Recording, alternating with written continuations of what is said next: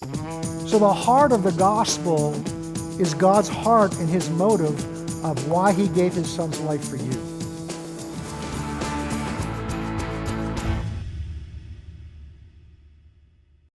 God took man Abram, he formed a nation through him, through Abraham, then his son Isaac, then their son Jacob, who had 12 sons.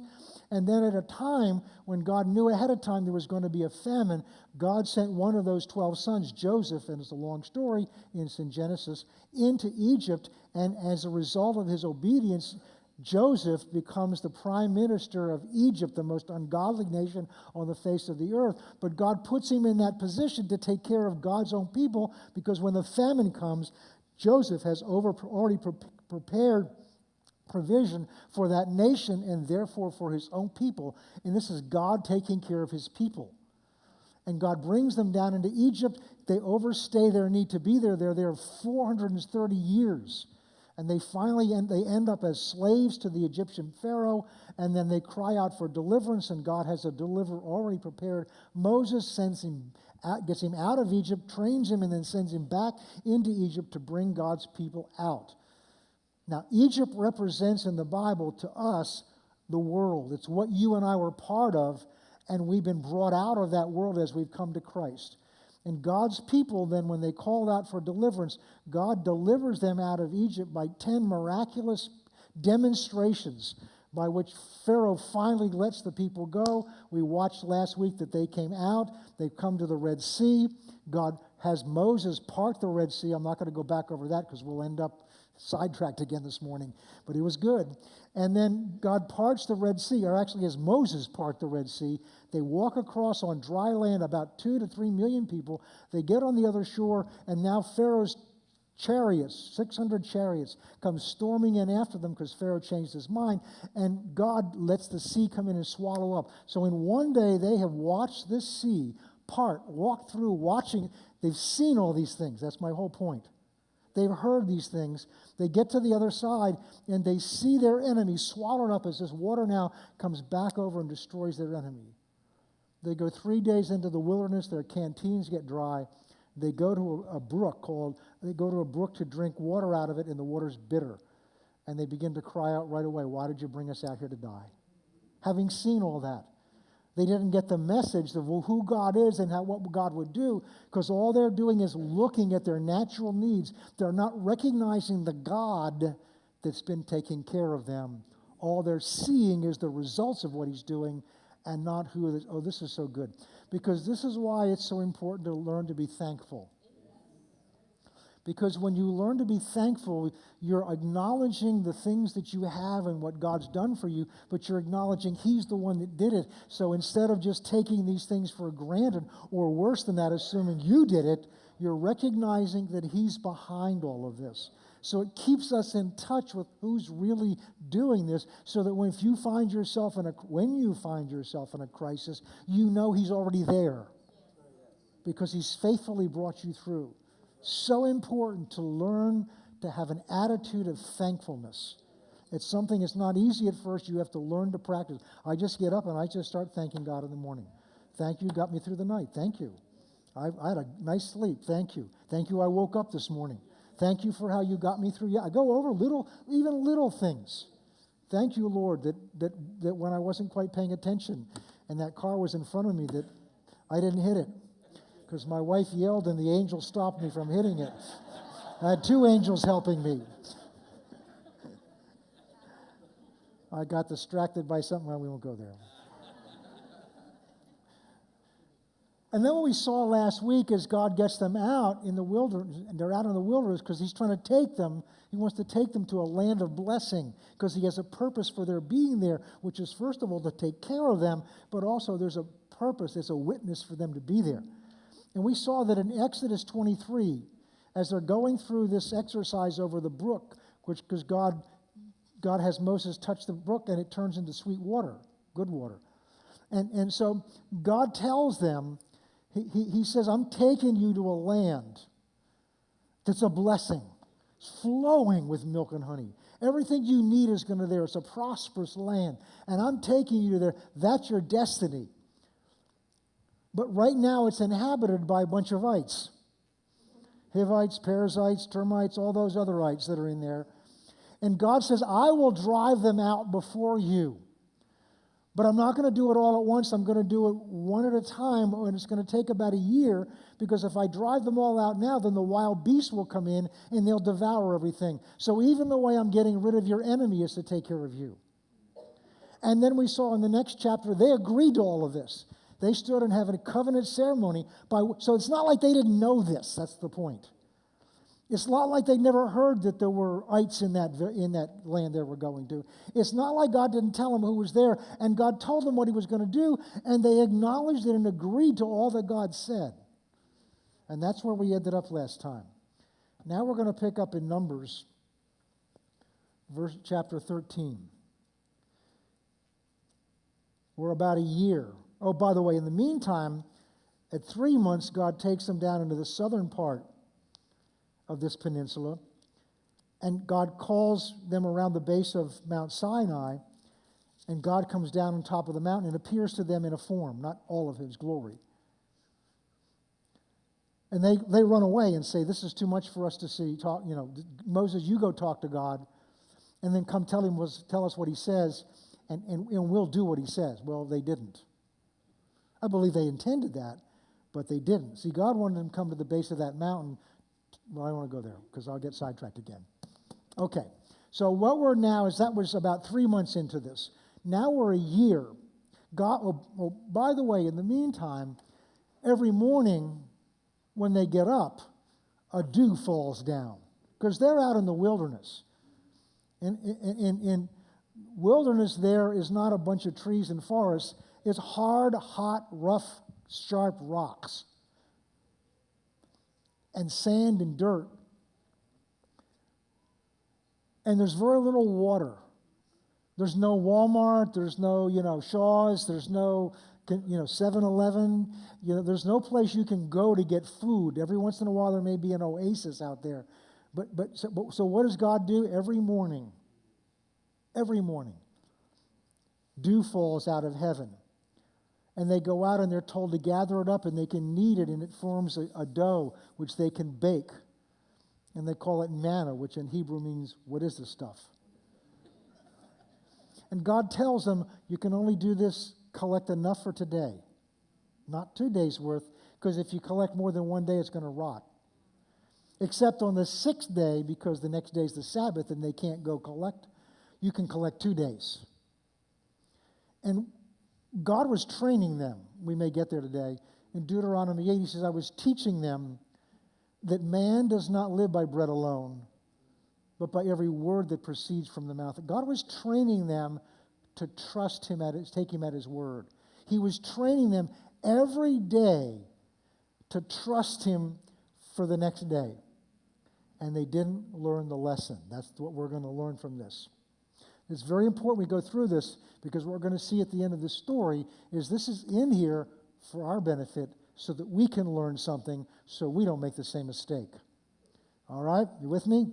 So we're going to pick up in verse 26. And now they departed, and they came back to Moses and Aaron, to all the congregation of the children of Israel in the wilderness of Paran at Kadesh. And they brought back word to them. Remember we saw last week, faith comes by hearing, and hearing by the word of God. They brought back word. Words are so important. Words either build your faith up or they tear it down. They brought back word to them, that's Moses and Aaron, and to all the congregation, and they showed them, that's for their eyes, the fruit of the land. So they bring back a verbal report, words, and they show them physical, tangible evidence of what they found. Wow, that's great. Verse 27. Then they told them and said, we went to the land where you sent us, and truly it does flow with milk and honey, and this is its fruit. Stop there. What they're basically saying is God told us the truth. Because God told them, I'm sending you into a land, that flows with milk and honey. I'm sending you into a land that'll provide all your needs, that is full of delicious, wonderful, big fruit. God told them, listen carefully, God told them that. Back in Exodus 23. He told them that 9 months ago in this story. They get to the edge and they say, okay, we know what God told us, but maybe we better check it out for ourselves. So let's send some of our representatives in and let them come back and tell us what they see so we know whether what God told us can be trusted. You following me? Because we're in this story somewhere. Now they come back and they're saying basically, it's exactly the way God said it. It's flowing with milk and honey. In other words, God told us the truth, and we have physical evidence of what God said is true. If it just ended there. See, what God wanted, I believe, is God wanted them to not need to send 12 spies in. But they got there, and because God said, I'm giving you this land, that's all they needed. And He'd been training them every day for a whole year now, that everything He said came to pass every day. So you got to understand that when what happens, it's not because they were brand new. See, God knows where your faith level should be. He knows where your growth could be, and He is expecting us to grow in our faith. And if you don't grow in your faith, God may allow you to stub your toe so you realize, well, wait a minute, something's not right here. And then you realize, well, wait a minute, maybe I should have been developing my faith all along, because God's not angry. He's a Father that loves us, but He wants to train us so that we can walk with Him and not be moved by what's going on in the world around us, so that we can finish our course with joy, so that we're not moved by circumstances. So all the things we've talked about why it's so important to walk in the Spirit, comes by being trained not to be moved by what your senses tell you, because what's on the inside of you is so much more real. That doesn't happen in a day or a week or a month or even a year. But you've got to begin the process, or else it never happens. And if it never happens, you never mature and you never grow up, and you'll spend your entire life being a carnal Christian. Can I get into heaven carnal? Yes. But you'll never have done what God wanted you to do. Your life here will be just like the world, and God will not have been able to use you as a witness that He wanted to use you for your family, for the church, and for what God wants to do. There's much at stake. There's much at stake in our learning to walk by faith. It's not just so we can get blessings. It's so you can walk in the Spirit and not be moved by what's going on around you. And you know you're being carnal and moved by what's going on when you're up one day and down the next, when you're up one day and down the next. And then you begin to realize the reason I'm up is everything's going well. I can see good things, I can hear good things, I feel good things, my body feels well, and then all of us the next morning you wake up and those don't look as well, you don't feel as well. All of a sudden the stock market went down yesterday or whatever happened, the dog didn't bring the paper in or whatever, and now you go plummeting down again. That's a sign of carnality. Remember, carnal doesn't mean you're a sinner. Carnal means you're dominated by your carne, your flesh. You're dominated by it. You're led by it.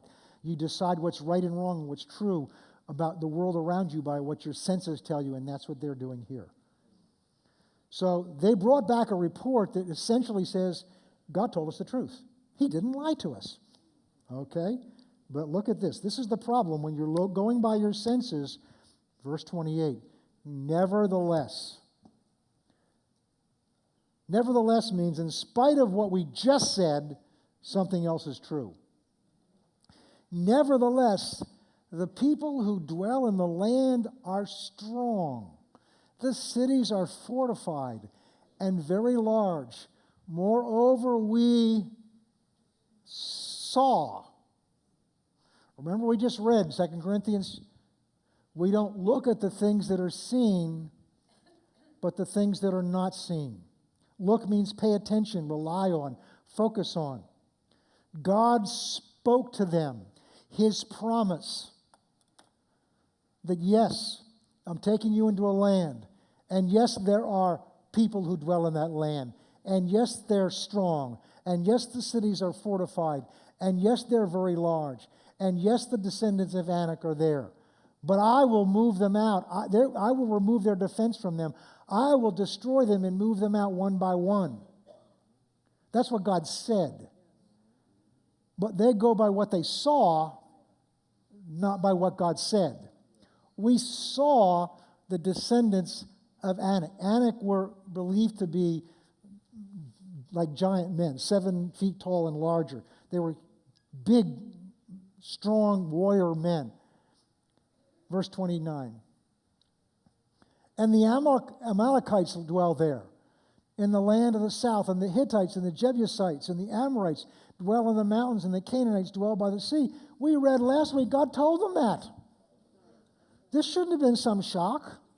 God said, these ites are there. But I will take care of them. I will remove them. So either they've forgotten what God said or it had no impact on them. A lot of times it's not that we don't remember what God said, it has not had an impact on us. So we come to church and we hear a method, or we sing songs this morning about God is my healer and all those things, and we get emotionally stirred up, but it has no lasting impact on us because we walk out there into symptoms. We walk out there into a medical report. We walk out there into unexpected bills. We walk out there to a pink slip tomorrow and find out I don't have a job for Christmas time. We walk out there and we get so moved by that with the word we heard hadn't taken root in us and it's not dominating us. We throw it all out and we just go by what's our senses, and your senses will talk to you. It's not just what you see, it's what you think about that. That pink slip comes, and first of all, you don't even know they may have made a mistake. But your mind immediately runs and starts telling you what's going to happen, what the future is going to look like. I'm laid off, we're not going to have anything for Christmas, and this is going to happen, we can't pay our mortgages, we're going to be out in the street, and blah, blah, blah, blah, blah. By the time you get home, you're destitute and out on the streets. And you don't even know if it's true yet. Because you've let your mind run with what your body, because your mind and your body are hooked up instead of your spirit and your body hooked up. Because that's carnal minded. My mind is focused more on what my senses are telling me and much less on what God, I got a pink slip and I'm panicking out on the street, and yet God lives on the inside of me. Think about that. Whatever the sudden disaster that shows up, I got a pink slip, or I've heard they're going to be laying people off at the first of the year. And my mind's starting to panic, and yet I've got the creator of the universe living on the inside of me.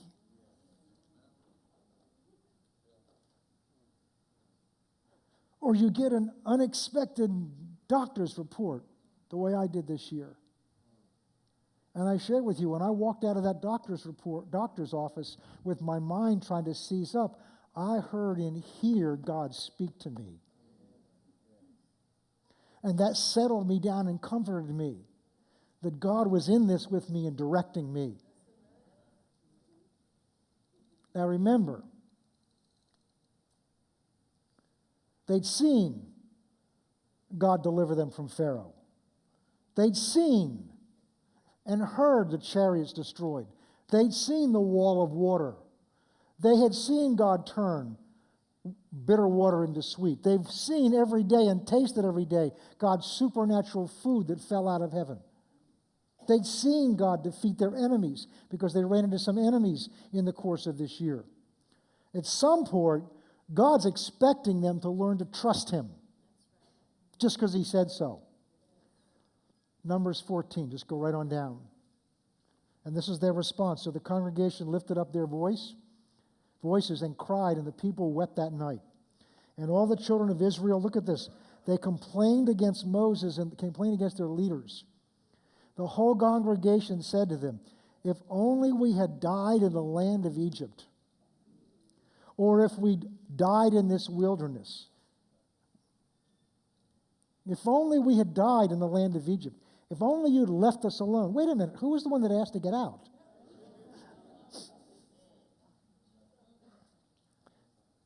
If only we died in this wilderness. That becomes important in a few minutes. And they complain against their leaders. And then, see, you got to be careful. Because when you get on a self-pity roll, it's like a snowball rolling down a hill. It picks up momentum and it gets bigger and bigger and bigger, and it goes faster and faster and faster. And that's what's happening here. They chose to go by what they saw. Then they began to speak out what they saw, and then they began to come together and agree with what they saw, and now what they saw got bigger than what they saw, and now it's just beginning to roll, and now what they have to do, they've got to do something because Moses is trying to lead them. Moses is a man of faith, and when you get around people that are people of faith, and you're walking in self-pity, you'll get mad at them. So they got mad at their leaders, and now it gets even worse. Look what happens now. Verse 3, why has the Lord brought us to this? Now they're complaining against God. Why has the Lord brought us to this land to fall by the sword? God brought us out here to fail. Why did God bring us out here to fail? That our wives and children should become victims. Wouldn't it have been better for us would it be better for us to return to Egypt? Remember, Egypt represents the world. There's a verse in Hebrews 11 that says if you keep thinking about the way things used to be when you were in the world, you'll have an opportunity to go back into the world. And it was talking about them. What you think about, what you focus on, just like when you're driving your car, what you're looking at is where you're headed.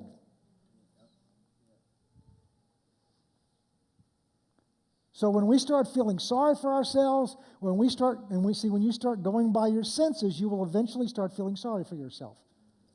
Because you'll begin to say, why don't I have this? Why isn't this happening? So-and-so got this. So-and-so received this from God, and I haven't gotten this from God. You begin to all look at things in terms of yourself. You have opened the door for Satan to pour in self-pity because it is the only way he can defeat you. And really what you're doing is worshiping him. And we've all done it. You're worshiping what Satan can do and despising what God said he will do and has done.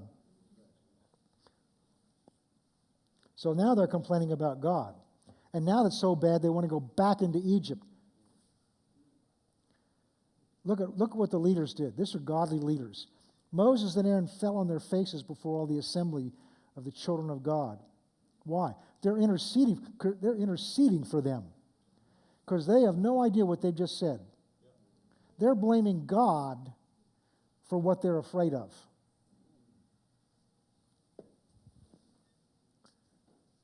Verse 6, but Joshua the son of Nun and Caleb, these are the two spies that had a different report, the son of Jephunneh, who were among those who spied out the land, tore their clothes, and they spoke to all the congregation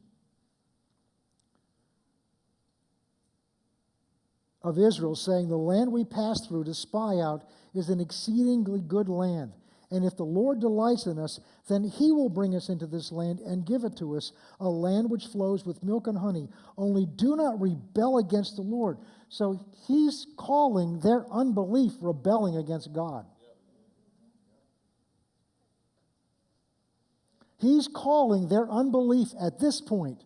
Now, when they first started out and they made mistakes, that wasn't the issue. But they should have learned something by now.